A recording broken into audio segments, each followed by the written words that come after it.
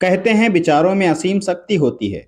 अगर इन विचारों में उद्देश्य, दृढ़ निश्चय और मजबूत इरादों का समावेश हो जाए तो आप दौलतमंद बन सकते हैं और वह सब कुछ हासिल कर सकते हैं जो आपने सोचा हुआ है।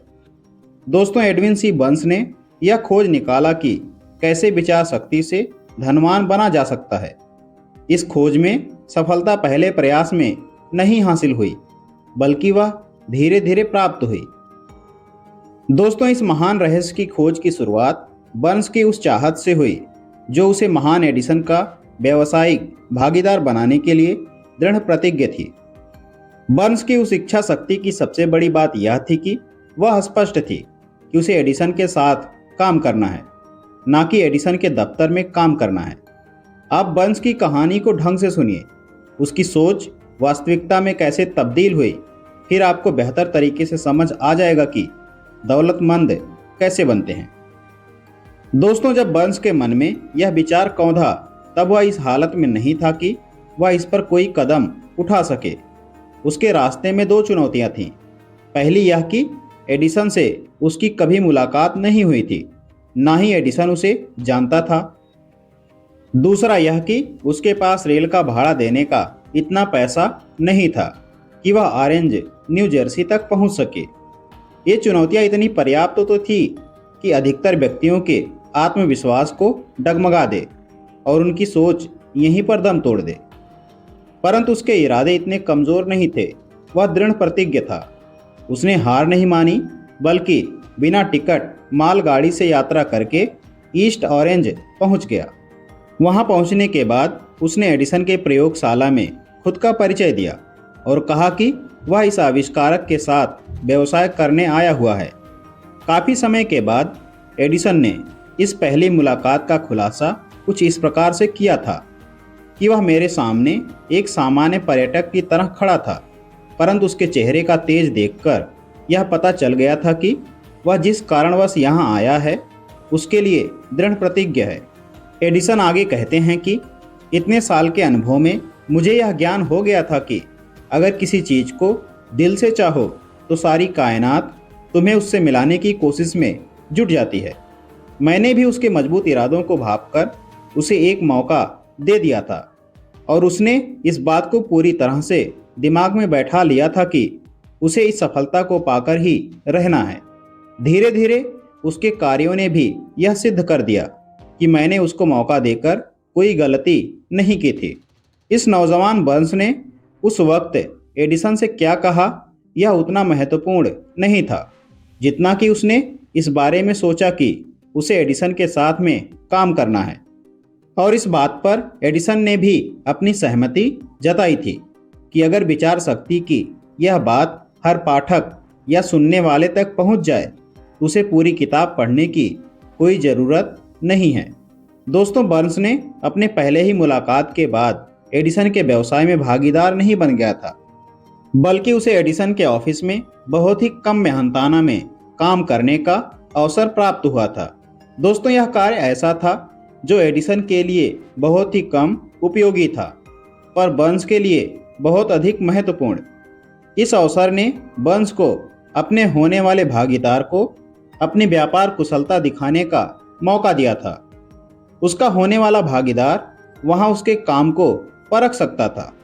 धीरे धीरे कई महीने बीत चुके थे, पर अपरोक्ष रूप से कुछ भी ऐसा घटित नहीं हो रहा था जिससे बर्न्स अपने उस निश्चित लक्ष्य तक पहुंच सके जो उसने अपने दिलो दिमाग में संजो रखा है। पर उसके मन में कुछ ऐसी प्रतिक्रियाएं चल रही थीं जिनका परिणाम बाद में निकला। पर तब तक वह अपने मनोमस्तिष्क में एडिसन का व्यावसायिक पार्टनर बनने के अपने विचार पर और दृढ़तापूर्वक सोचने लगा। यहाँ पर मनोविज्ञान ने यह सही कहा है कि जब कोई विचार दिमाग पर हावी हो जाए तो वह वास्तविकता में आपके सामने प्रकट हो जाता है। बर्न्स पूर्णतया एडिसन के साथ काम करने के लिए तैयार था और वह तब तक दृढ़ प्रतिज्ञ होकर लगा रहा जब तक उसने वह हासिल नहीं कर लिया जिसे वह इतने समय से खोज रहा था। दोस्तों, उसने कभी इस बात के लिए नहीं विचार किया कि इतना परेशान होने की क्या ज़रूरत है। चलो, सेल्समैन की नौकरी तो आसानी से मिल जाएगी। बल्कि उसने यह विचार किया कि मैं यहाँ पर एडिसन के साथ व्यवसाय करने के लिए आया हूँ। मैं तब तक पीछे नहीं हटूंगा जब तक मैं इस मकसद में जीत नहीं जाता, चाहे बची हुई सारी जिंदगी यहीं पर गुजारनी पड़े। दोस्तों, यह बात तो पूरी तरह से सच है, जिसको आप जानते हैं कि अगर आप एक उद्देश्य को लेकर पूरी जिंदगी जीते हैं तो आप एक अलग ही कहानी लिख सकते हैं। शायद उस समय बंस को यह बात ना पता रही हो, परंतु उसकी मजबूत इच्छा शक्ति और दृढ़ता ने बड़ी से बड़ी बाधाओं को पार करके वह अवसर दिला दिया जिसको वह तलाश कर रहा था।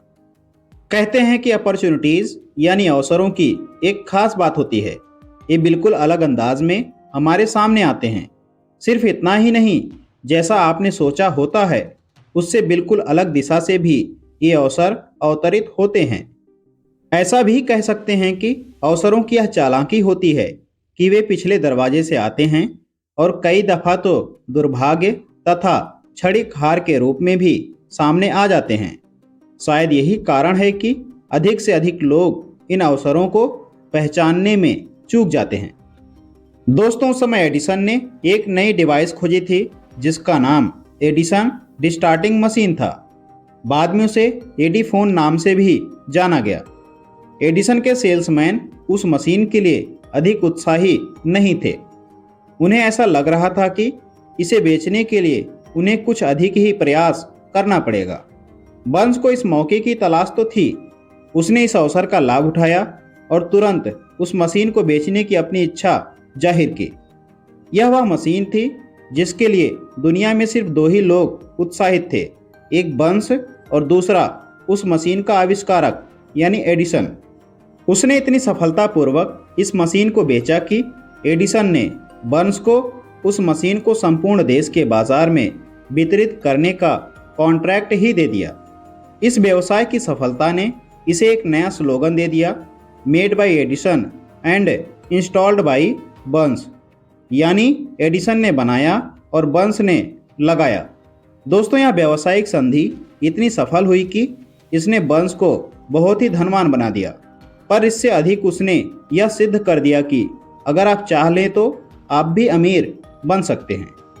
दोस्तों, असल में बर्न्स ने कितना धन कमाया इसकी सही जानकारी तो नहीं है, पर यह अनुमान है कि उस समय उसने 20 से 30 लाख डॉलर कमाए थे।